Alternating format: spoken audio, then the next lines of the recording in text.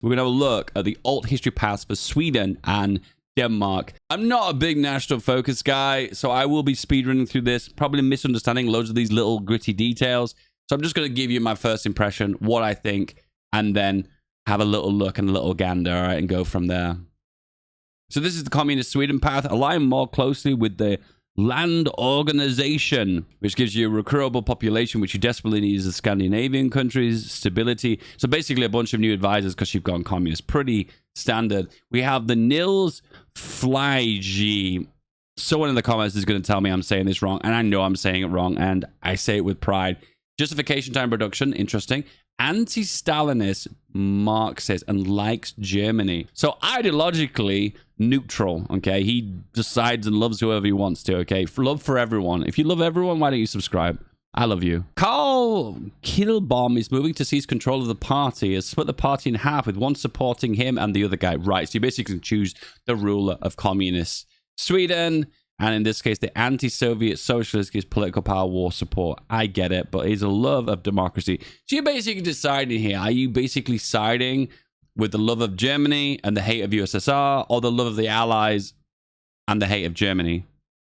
But regardless of who you go with, you hate the USSR. There is universal hate for the USSR, put it that way. Prevent a counter-revolution. This prevents fascist support because it's removing the counter-revolution. Makes sense. Classic communism, boys. We seize power and then we get rid of elections. We get rid of political parties. And all of a sudden, everyone loves communism. Isn't it weird that that happens, right? And this completely demolishes all the other ideologies, which is like the welfare system national spirit for Sweden. Gives a research bonus of 25% of consumer goods factories factor. And gives ticking stability. I thought they were getting rid of this. And it gives you access to more bonuses. This is always the classic kind of communist path. You always increase state spending universally, and then it usually results in more consumer goods being eaten into. It's got this consumer goods factor too, so I'm not really sure how effective this is going to be in the game. Is 10% a lot? Is 10% not a lot? I don't know. So this is an interesting path. You're a refuge from war and you gain substantial amount of manpower, basically pulling manpower from countries. I like this. I like this a lot. This is just, it's so new. It's like new mechanics in the country. And remember this from a balancing perspective, this is great because Sweden doesn't have a lot of manpower compared to some of the other major powers. So if you can become a major power by pulling manpower from other countries, I support this 100%. This is so cool. Refuge for revolutionaries. Communist advisors from other countries will transfer to Sweden. Once again, this is really cool too because it is so different. And it gives you access to loads of advices from countries that have basically been taken over, I'm presuming, or been exiled. Exiled military council, which grants you minus 60% organization, minus 16 stability, and 20% attack. What? Some big penalties there, but they'll like an amazing 20% attack bonus. What? Starve the fascists for iron. Add full capacity furnaces, which grants you extra consumer goods but factory output. So basically, instead of giving the resources to Germany, you basically said, yoink, they're mine now. But they were mine to begin with, so technically it's not a yoink. Support the Norwegian communists. So this is a usual path. A lot of the time you spread your ideology to neighboring countries, and then eventually you declare war on them, and they'll join the little USSR that you've made, which is kind of like the Yugoslav path with TO, which is, I won't disagree, is a fun path, but it's pretty vanilla. We've seen it a few times before. You turn Finland into a buffer state, which kind of adds you a bunch of equipment. Interesting. Oh, I see what's happening here. You're giving equipment to Finland to basically push back the Soviets. So they're basically preventing the Soviets from being on your doorstep. That makes sense. Universal basic income. Popular on the internet at the moment. So it eats consumer goods, which makes sense. It eats into the economy. It gives stability, research, resistance target reduction. Newly conquered states start with plus 25 compliance and 0% resistance. Wow. That is so good. This means you could do civilian economy or local police force, occupation laws, practically for free because the resistance will be quite low. Wow. So the idea is you're conquering a nation, but then you're injecting a large amount of welfare into that said nation. And they love it. Oh, who doesn't like free money? Hey, if you like free money, subscribe to this video. The Volkshelm, which is the welfare state, gives a massive boost to production efficiency cap. 41%? What? With this path, you get to select how much or little you get to spend, increasing the strength of them at the cost of industrial capacity. Right, okay. In this extreme example, I've gained lots of bonuses. Right, I see. So there's lots of modifiers that can affect bonuses for your said nation, but it can really eat into your consumer goods. So massive amount of spending. In a way, I think this is cool. However, it kind of moves towards less about Hoi and more towards like economic simulators. So there was a bunch of small changes that happened in a previous dev diary, and they've had to address them. So in the previous dev diary, there was like an issue that you would have strikes kick off, but it'd be a random chance of it potentially happening. RNGesus. And now it's certain to happen, but it's based on a timer. So you have time to react to push your stability up to try and get rid of the strikes for Sweden. That's the historical path, basically. So now the Nordic Defense Council, which is kind of like the cooperative path for all the Scandinavian countries, you can now coax the AI towards those paths and stop being it just a player-only thing. And you spend political power to do that.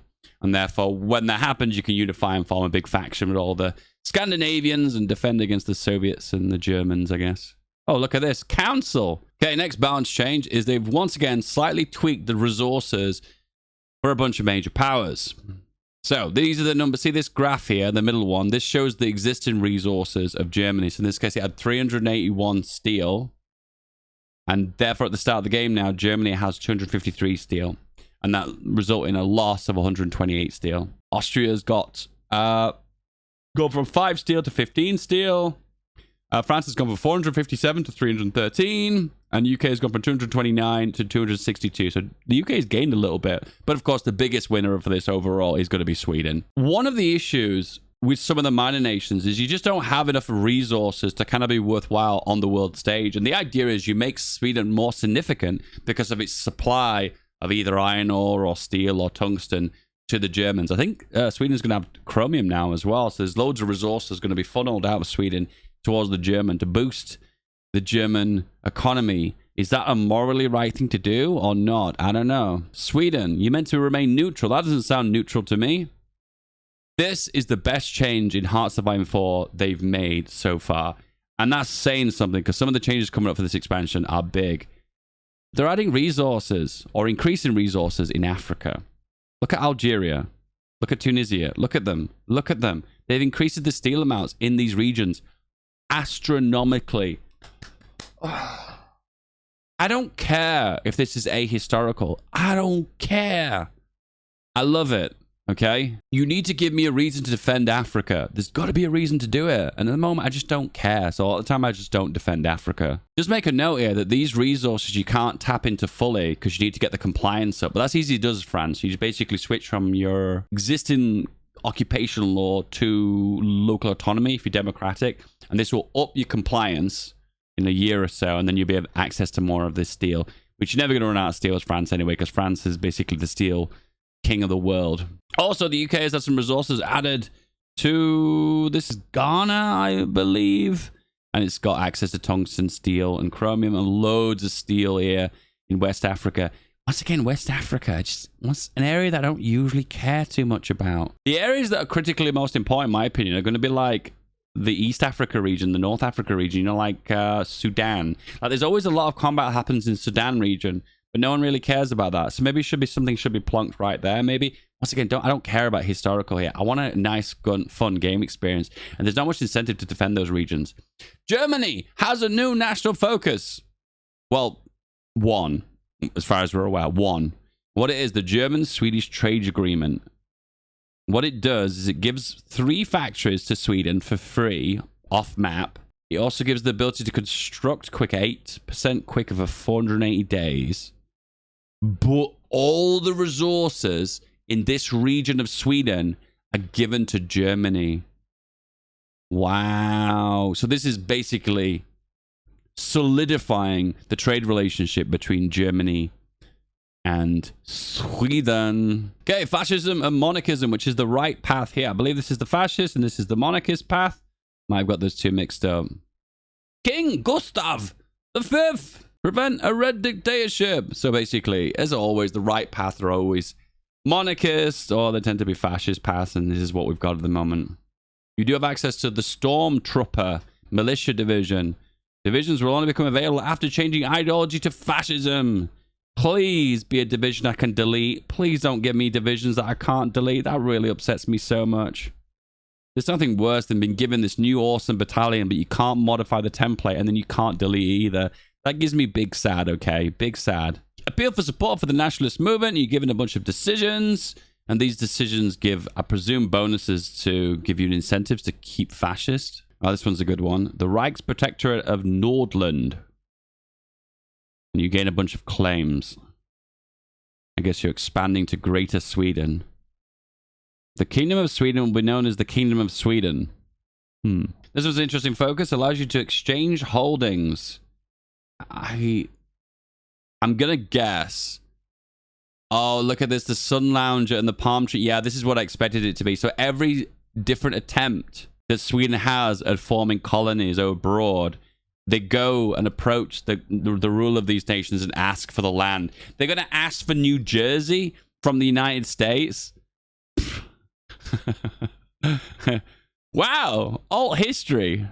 And this one's called Reclaiming the Rus. Our ancestors once frequent the rivers of the Western Russia and Ukraine, settling along their banks. This is basically the ultimate Viking-inspired alt history. Claims on all the Rus.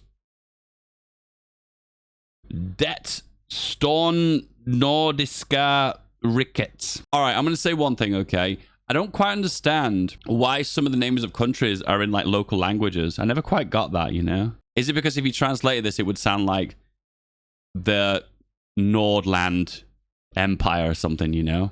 Something like that, wouldn't it? It can be a kind of lame sounding name. I just feel like with every expansion for Hoi 4, every nation has a formable that has like a localized version of the name, which is kind of funny. Denmark alt history. Oh, look at all those beautiful icons. Once again, 2 planes. Aircraft production.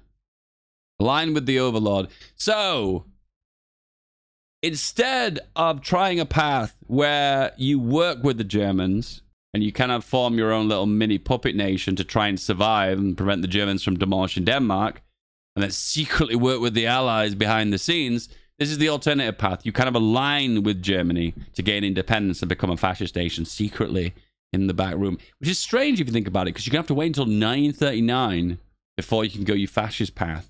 I presume there's going to be ways of going fascist a lot earlier, I imagine. This is your sub-branch that is shared with the historical path. It looks like industry, lift the regulations, heavy regulations.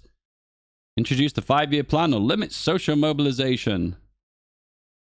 This is the ability to produce stuff when you don't have the resources, which I think is a cool concept. It kind of shows in a way the desperation that nation is experiencing to kind of try and use more, but then damage reliability. Would it be cool if there was kind of like an option as you like laws as such to like reduce the reliability for all your equipment, but simultaneously need less natural resources? That'd be a cool concept, right? So you have the option to negotiate a trade deal with the United States, which gives a massive flood of equipment. Wait, no, it doesn't. It's giving subsidies.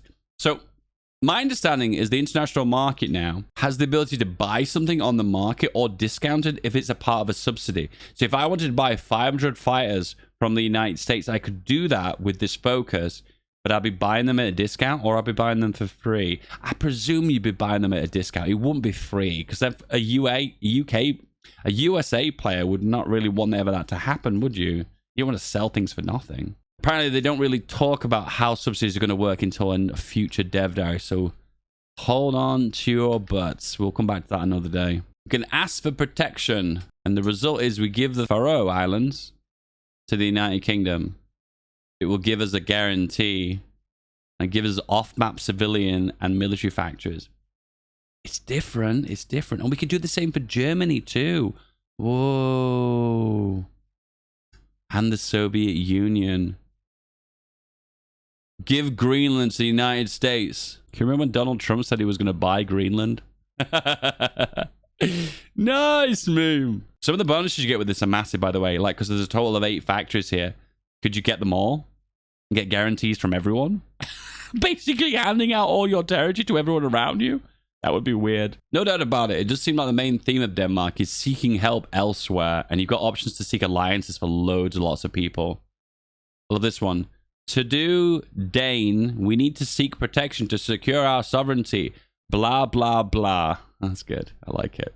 I like that. And of course, it wouldn't be an alt history path if there wasn't a king path. That's right. This is the king path.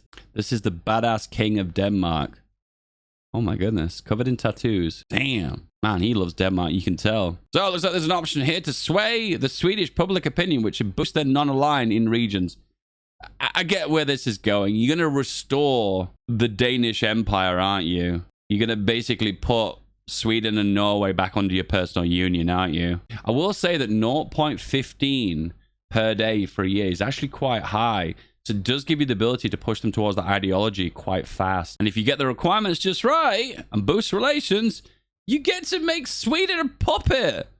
Amazing. Reclaim Norway unlocks the decision to integrate Norway, which reduces bad weather penalty by -5%.